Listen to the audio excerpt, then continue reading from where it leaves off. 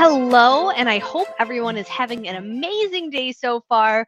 My name is Monica with Ideal Traits, and I will be just kind of going over a couple of things like in regards to candidate engagement, things of that nature. So if you guys do have any questions throughout the presentation or throughout the webinar, just let me know. We do have a chat feature available. We'll be able to go from there. But what do you guys see that we get started about today's webinar on going over candidate engagement, something major and extremely important with being an insurance agency, right? So give me just one sec. Let me go ahead and pull up my article. So idealtraits.com. I'm not sure if you guys have ever gotten the chance to take a look at our blog. Let me give you guys a quick example of it though.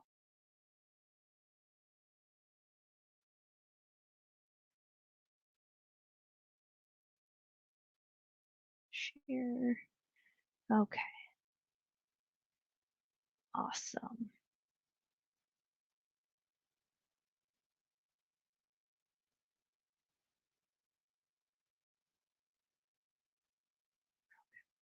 Perfect. So as you can see, we are on our ideal trait screen. And then from here, what we can do is if you guys ever want to check out like some great information that we have, you can go here. And then if you're looking on information about hiring tips, events, Bureau of Labor job reports, right? Overall, our ideal trait platform, even interviewing, pre-screening, and remote options, right? And then also some of our older posts that we have as well. So like I mentioned, this will be about like 15 minutes, but I mainly wanted to open it up today for like a question and answer. Being with Allstate, I know that you guys have specific questions that you guys may be having. So being able to open up that floor to you guys just for the option to ask those. So what I'll do is let's go ahead and go over to hiring tips.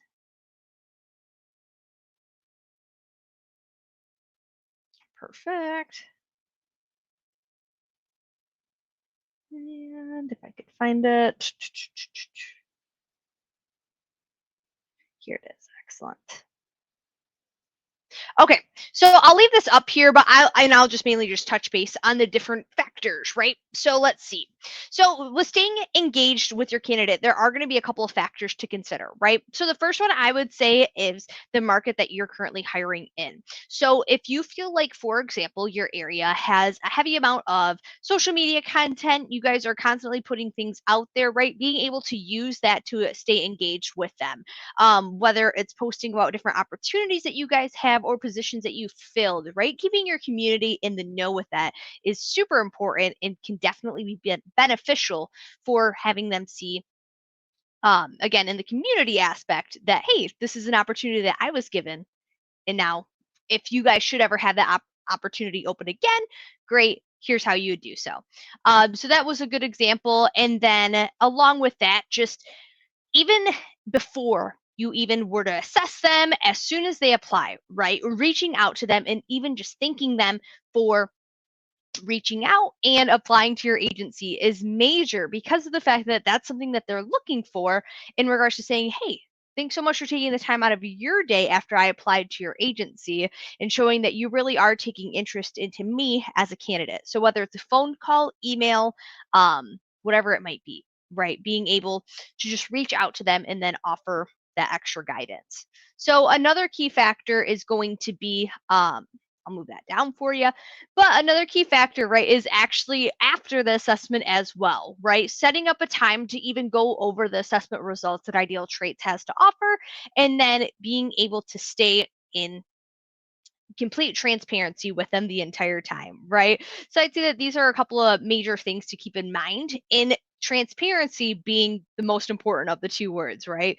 Because of the fact that even if you're not considering them for that position, that's totally okay. Whether it's them being underqualified, just overall not the right fit, maybe company culture they just might not get along well with, right? But I would say the biggest thing is just letting them know that the position's been filled and that that's not something that they should be waiting on. Because on the flip side, if you were looking to join agency, right? And if you were looking for that opportunity, you definitely want the same respect in that aspect of being completely transparent with the employer or with a candidate, right?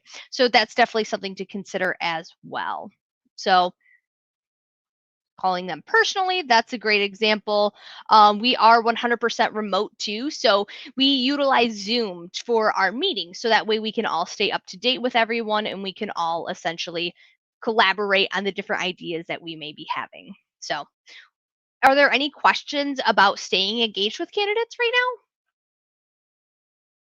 You can either chat in, or if you'd like to join the screen, you can do that as well.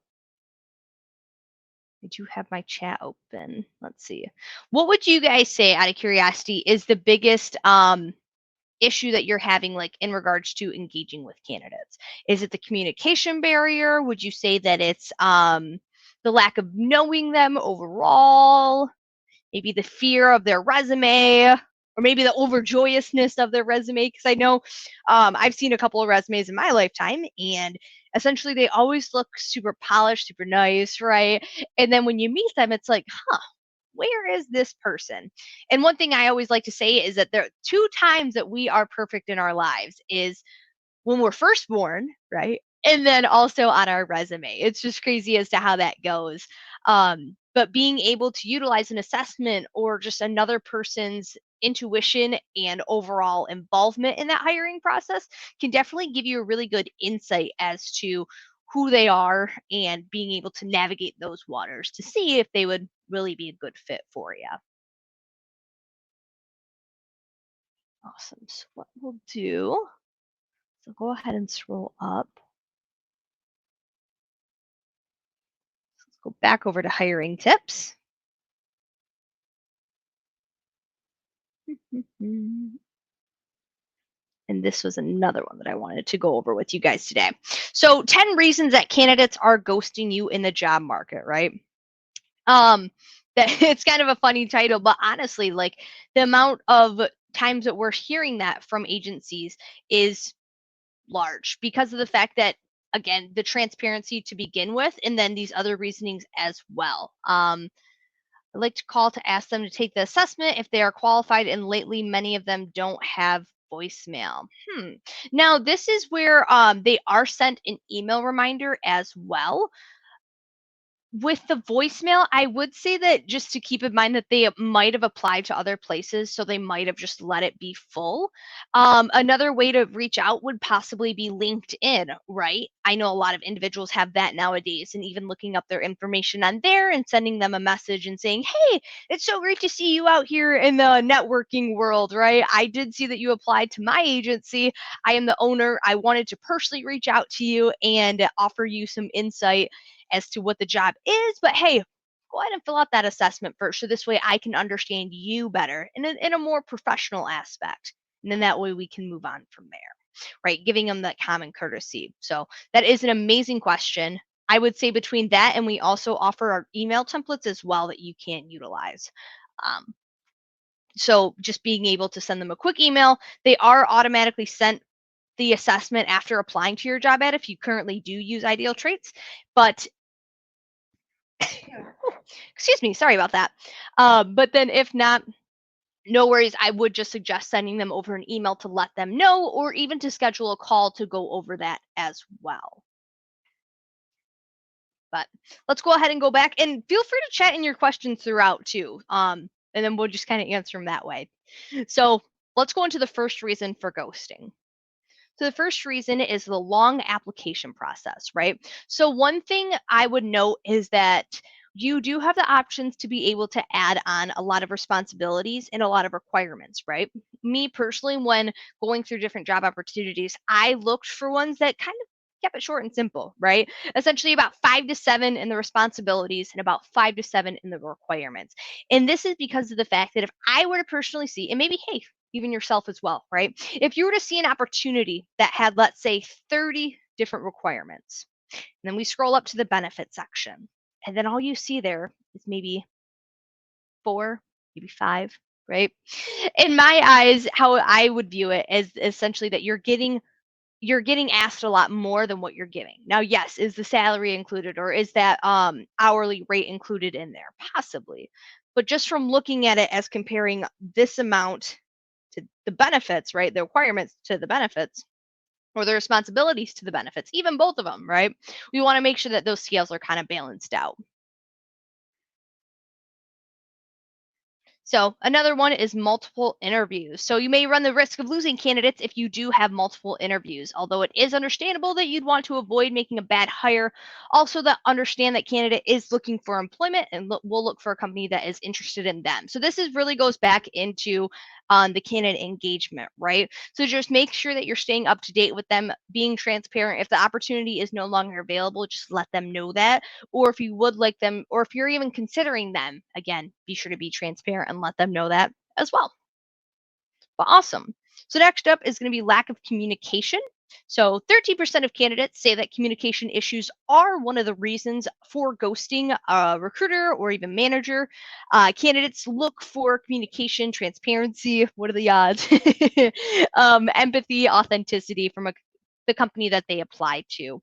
So as mentioned before, here are a couple of ways to keep them in the loop: texts, emails, phone calls, um, text messages, right? Leaving them a voicemail. Al, as you mentioned, like that's not an option. So, hey, maybe even sending them a text. I'm not too sure if you have a work number or a work phone that you'd be able to send them that to, but if so, that would be great. And then again, short and professional, right? You don't have to go into a long overspiel as to this amazing opportunity that you guys have, right? But rather, hey, we'll just keep it nice, short. Hey, I saw that you applied. Let's set up a time to chat. Something super short and simple.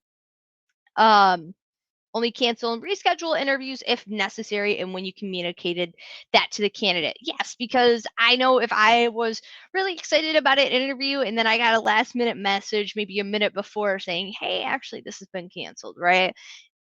Trying to let them know as soon as advance as possible. I totally understand that things come up and I totally understand that we never know what's going to be happening next in our lives, right?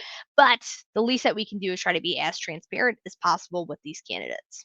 So no flexibility in scheduling interviews. So if you're sticking to a rigid schedule for only interviewing candidates during your business hours instead of when it would be convenient for them, you may not get interviews. Candidates may be working during the times that you have listed available, which means that you may be losing out on great talent and not being more accommodating. So try opening up your schedule and offering options in the evening or on the weekends by striving to accommodate candidate schedules.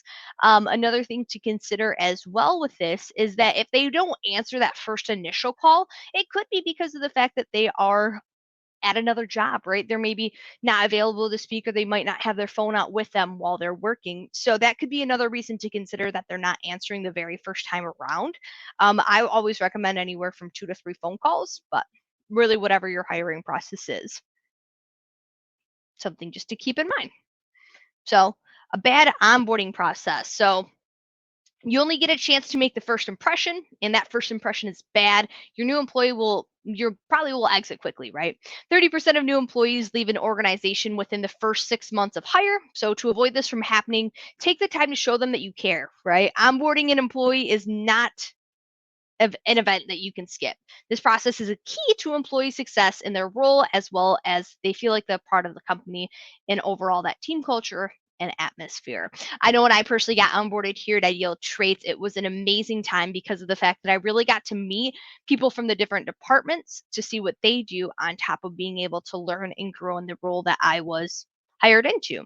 So being able to have that and then team meetings as well, where we all got to know each other, just learning a little bit about them. It is a little bit overwhelming at first, but again, at least having all the resources there to be inviting and being open with the company compared to, hey, have fun, good luck, you're on your own, kid, take care. It was a complete opposite. But hey, I've been here since, so it was a great onboarding.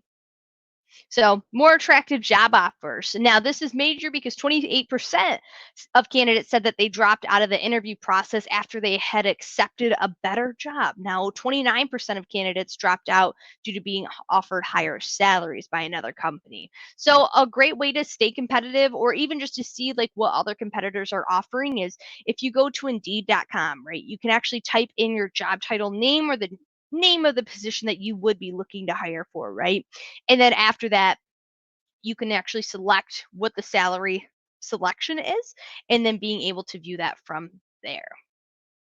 So that's just something to consider. And if that's not something that you can combat necessarily with salary, then maybe, hey, benefits as well, whether it's flexible scheduling, temporary remote, or maybe even remote 2 out of the 5 days a week or 2 out of the 6 work days a week, however that might be.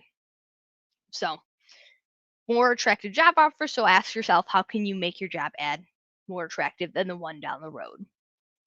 So next, inaccurate job role.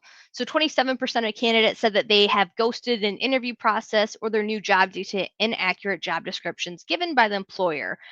This description may omit the main details of the new position, such as responsibilities, hours, location, or amount of travel. The job ad in the beginning of the conversation with future employees, be honest about that job role, right? So many candidates are more confident about the job market and have no problem walking away from one job opportunity to find another. So I'm going to say it again, and I'll probably say it maybe like 2 more times. Be transparent with these candidates, right?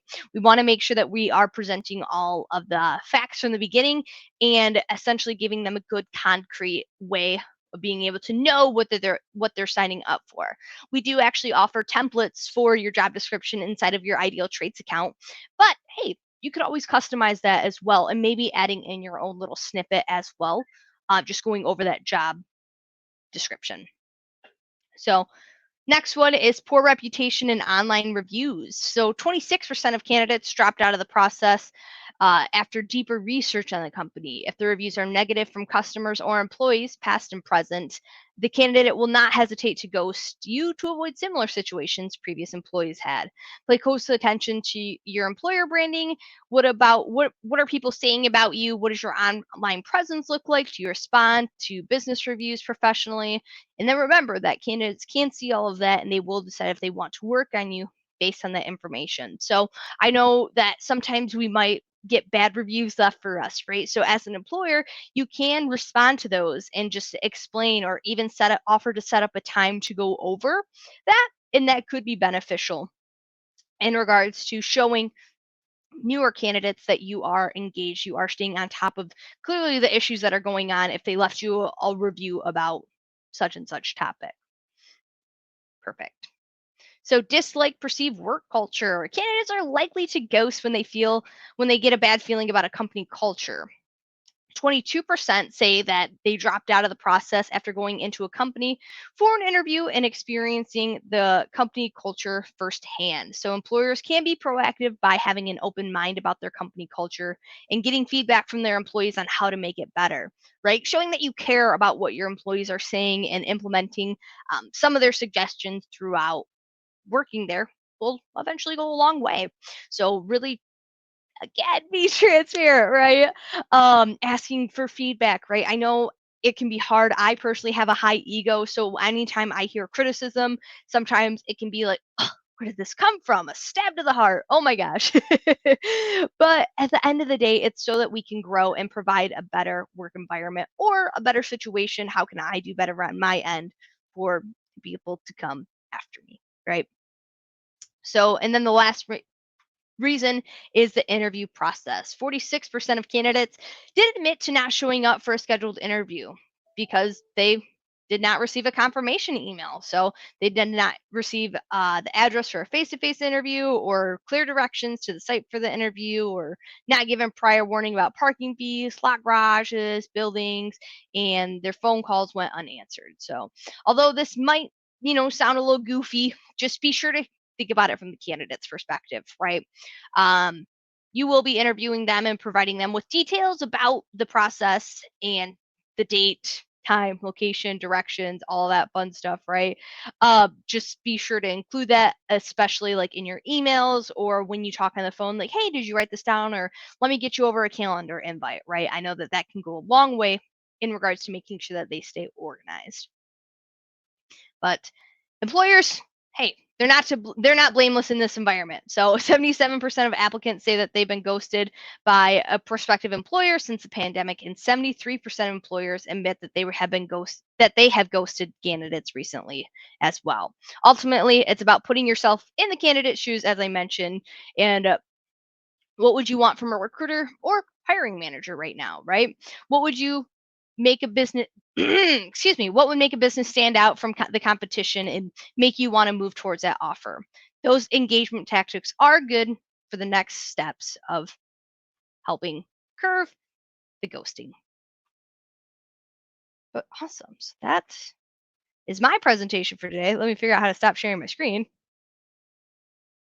There we go. Perfect. So I will go ahead and take a look over at any more chats questions. Is there anything that you guys had questions on or wanted to go over from today? If so, I am open ears, here to help you out. Sorry that Jeff isn't here today. I'm not too sure if you guys were expecting him or Kevin, but unfortunately they did also have webinars today. So I decided to fill in and just go over some key things with hiring and making sure that you guys know about getting signed up for the blueprint for 2023 and just offering overall our thanks for having you guys be partnered with us so far. So I'll take a look at chats right now and see if there's anything else that we can help out with or any questions that you'd like to go over today.